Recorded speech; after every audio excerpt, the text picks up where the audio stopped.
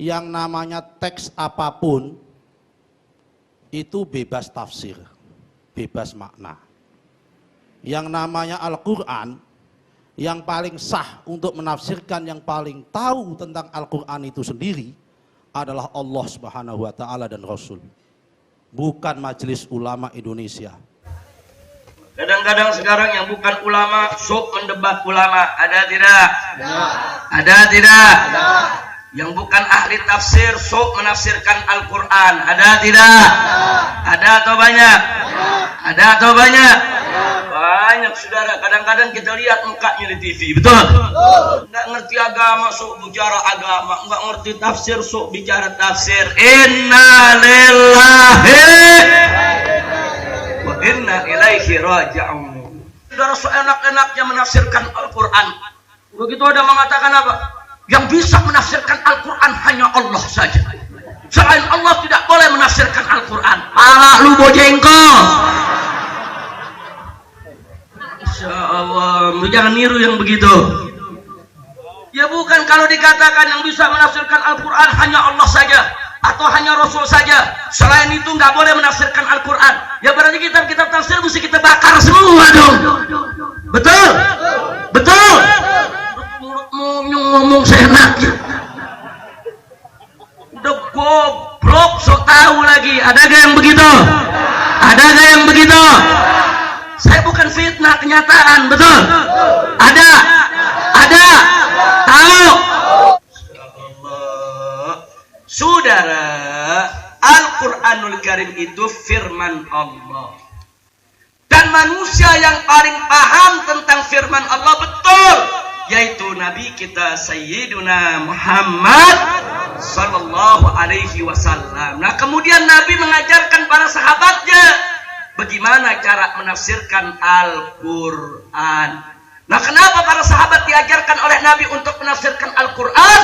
Karena di kemudian hari, saudara, akan muncul persoalan-persoalan baru yang tidak pernah terjadi di zaman Nabi alaihi salatu wassalam. Sehingga para sahabat punya pegangan di dalam menafsirkan Al-Quran untuk menghadapi segala persoalan baru yang tidak pernah terjadi di zaman Nabi kita Muhammad Sallallahu Alaihi Wasallam. Nah, dari situlah saudara, akhirnya para tabi'in dan para ulama kita dengan apa-apa yang diajarkan oleh Nabi dan diajarkan oleh para sahabat menemukan tata cara yang betul bagaimana cara menafsirkan ayat Al-Quranul Karim. Jadi siapa bilang Al-Quran tidak boleh ditafsirkan oleh para mufassir?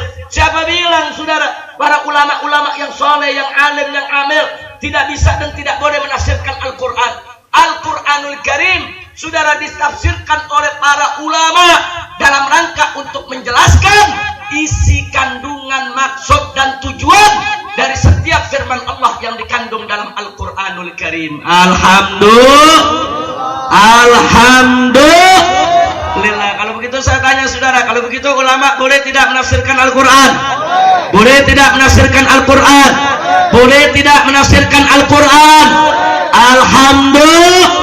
Bahkan di dalam tafsir Al-Quran saudara ada hal-hal yang baku yang tidak boleh dilanggar. Ada hal-hal yang sudah standar yang tidak boleh kita menyimpang.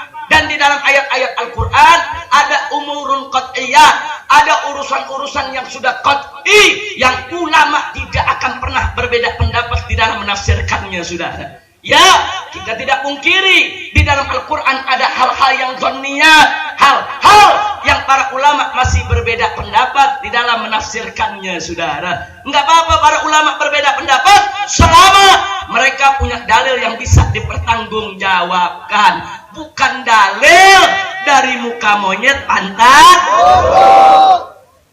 Dalil itu ada sumbernya saudara, ada dalil dari Quran, ada dalil dari hadis saudara, ada dalil saudara dari ijma, dari qiyas, dan ada lagi turukul ijtihad, tata cara beriktihad. Ada yang dikenal dengan istishab, ada yang dikenal dengan istislah, ada yaitu saddud dzara'i, ada al-uruf saudara. Itu semua adalah metodologi bagaimana cara kita menggali hukum dari Al-Quran dan As-Sunnah yang telah disepakati oleh para ulama salaf maupun khalaf saudara. Alhamdulillah.